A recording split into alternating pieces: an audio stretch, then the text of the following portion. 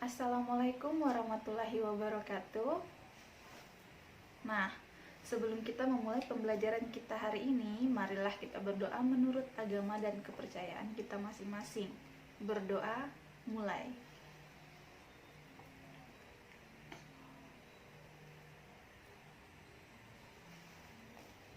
Selesai. Gimana kabar kalian hari ini? Semoga semua selalu diberi kesehatan ya. Bagaimana yang kita ketahui, situasi saat ini adanya COVID-19, maka pembelajaran tidak bisa kita laksanakan di sekolah. Oleh sebab itu, kita akan melakukan pembelajaran secara online. Nah, untuk itu kalian wajib absen dulu ya di classroom kalian atau di grup WA masing-masing. Nah, selanjutnya perhatikan materi yang akan Ibu sampaikan ya. Bab 1, berita seputaran Indonesia. Berita adalah informasi mengenai kejadian atau peristiwa yang hangat, sedang atau baru saja terjadi. Berita disajikan di berbagai media, baik media cetak, dalam bentuk siaran, internet, maupun dari mulut ke mulut. Unsur-unsur berita. Unsur-unsur berita dapat diketahui dengan menggunakan akronim pertanyaan dari Adik Simba, yaitu apa, di mana, kapan, siapa, mengapa, dan bagaimana. Unsur-unsur berita juga dikenal dengan istilah 5W plus 1H, yaitu what, when, where, who, why, dan how. Menyimpulkan isi berita. Menyimpulkan isi berita dapat dilakukan dengan langkah-langkah berikut ini. 1. Menyimak isi berita dengan seksama. Yang kedua, mencatat pokok-pokok berita meliputi tema, peristiwa yang diberitakan, orang yang diberitakan, tempat dan waktu kejadian, serta proses terjadinya peristiwa dengan menggunakan Adik Simba atau 5W plus 1H. Langkah yang ketiga, yaitu menyusun pokok-pokok berita dalam kalimat berita yang membentuk paragraf. Jenis-jenis berita. Jenis-jenis berita dikategorikan dengan 9 jenis. Yang pertama, investigation news atau berita investigasi merupakan berita yang ditulis berdasarkan hasil penyelidikan yang secara khusus dilakukan pada suatu peristiwa. Misalnya, penyelewengan dana yang dilakukan oleh aparat yang berwenang. Jenis berita berikutnya yaitu straight news, yaitu berita langsung yang ditulis secara ringkas, lugas apa adanya dan biasanya berisi informasi terkini mengenai suatu hal atau peristiwa. Misalnya, quick count pemilu, pilkada, dan sebagainya.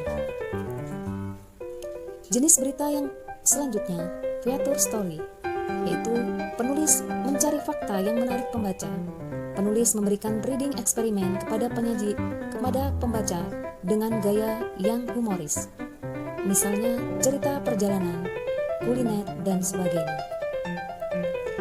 Jenis berita berikutnya yaitu comprehensive news atau berita komprehensif yang merupakan berita yang berisi laporan mengenai fakta dari suatu peristiwa yang ditinjau secara menyeluruh. Misalnya mengenai corona, penyebarannya, dan dampak yang ditimbulkannya. Jenis berita berikutnya adalah opinion news, merupakan berita yang berisi opini tentang suatu peristiwa hangat yang sedang terjadi. Misalnya berita mengenai dampak kebijakan pemerintah tentang pemberlakuan lockdown atau karantina wilayah. Jenis berita selanjutnya adalah interpretative news, merupakan pengembangan dari straight news, yaitu berita langsung yang dilengkapi dengan pendapat peneliti atau para ahli, misalnya virus corona dan penyebarannya.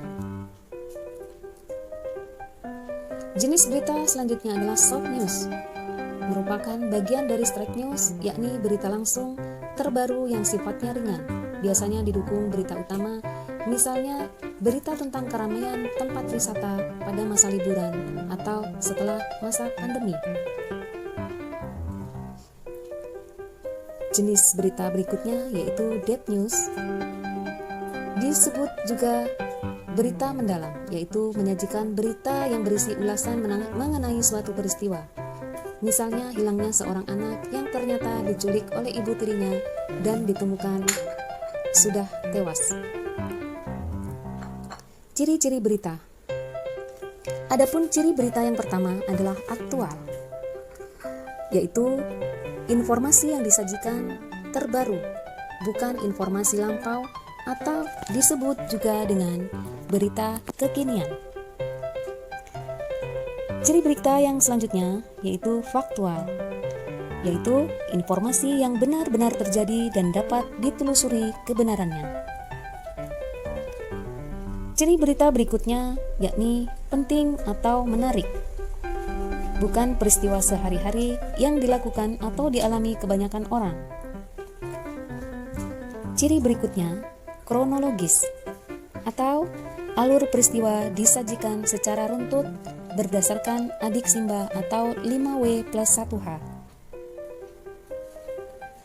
Ciri berita berikutnya bersifat objektif, artinya informasi yang disajikan tidak memuat pendapat atau opini pribadi yang bersifat subjektif.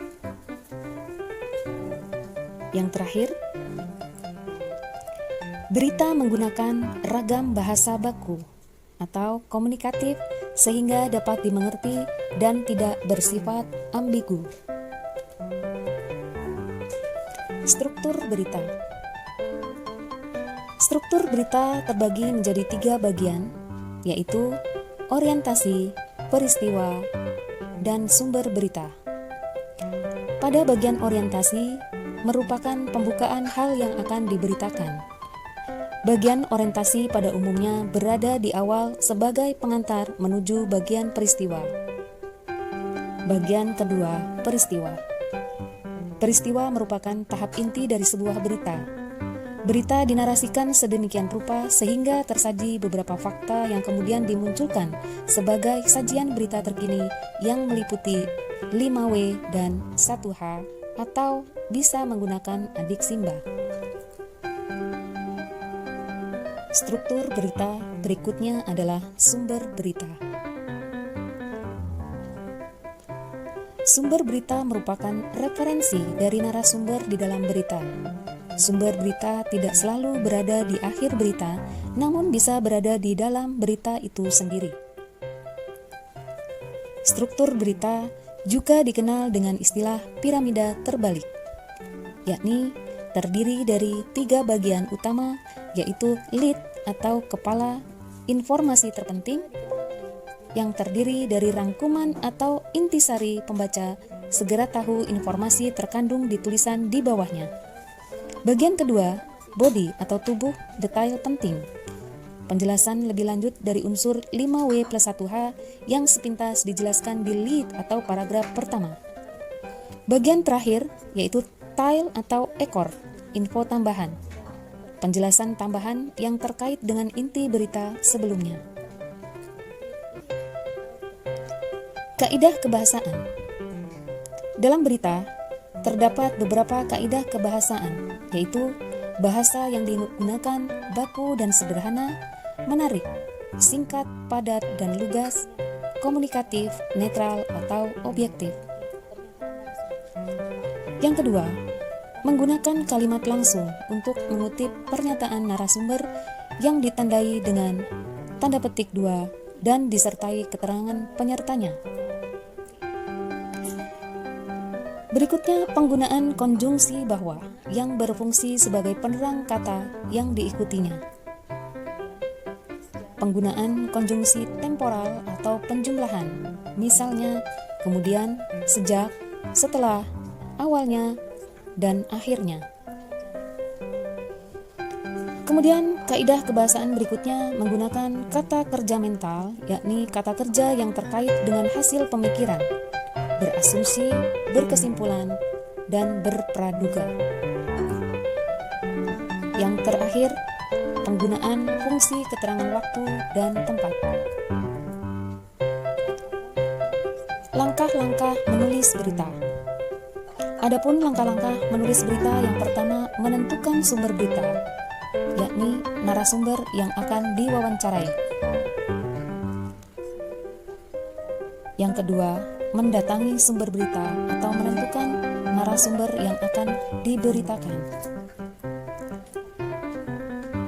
Yang ketiga, mencatat fakta-fakta penting yang ada di lapangan dengan menggunakan 5W+1H.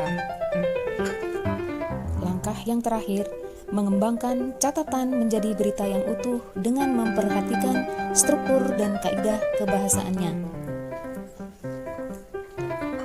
Contoh berita. Berikut ini disajikan sebuah berita yang dikutip dari mesinpost.co.id, Martapura, liputan Milna Sari. Pada bagian contoh berita, disajikan struktur berita yang terdiri dari lead, tubuh, dan ekor.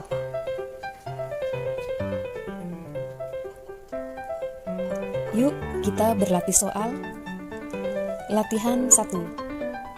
Bacalah satu berita baik dari media cetak maupun media elektronik atau online dengan cermat. Kemudian jelaskan manfaat yang kamu peroleh dengan membaca berita tersebut. Langkah berikutnya, analisislah berita tersebut menggunakan 5W+1H atau dengan menggunakan adik Simba. Pertanyaan berikutnya, jelaskan bagian-bagian struktur berita dengan konsep piramida terbalik dengan menyertakan paragrafnya. Jika kalian sudah menyelesaikan latihan 1, kumpulkan tugasmu melalui Google Classroom di kelas Bahasa Indonesia yang telah dibuat oleh guru mata pelajaranmu. Baiklah, kita akan melihat pada latihan yang kedua. Bacalah berita dari media cetak maupun media online. Kemudian salinlah ke dalam buku tugasmu. Perintah yang kedua, analisislah berita yang kalian pilih dari aspek bahasaannya yang meliputi kebakuan kalimat, kalimat langsung, konjungsi bahwa, konjungsi temporal atau kronologis, keterangan waktu, kata kerja mental, yang kesemuanya sertakan contohnya. Ketika kalian sudah menyelesaikan tugas latihan kedua, kumpulkan tugasmu di Google Classroom Bahasa Indonesia yang tersedia. Demikian pembelajaran kita hari ini, semoga bermanfaat dan jangan lupa tugasnya dikerjakan.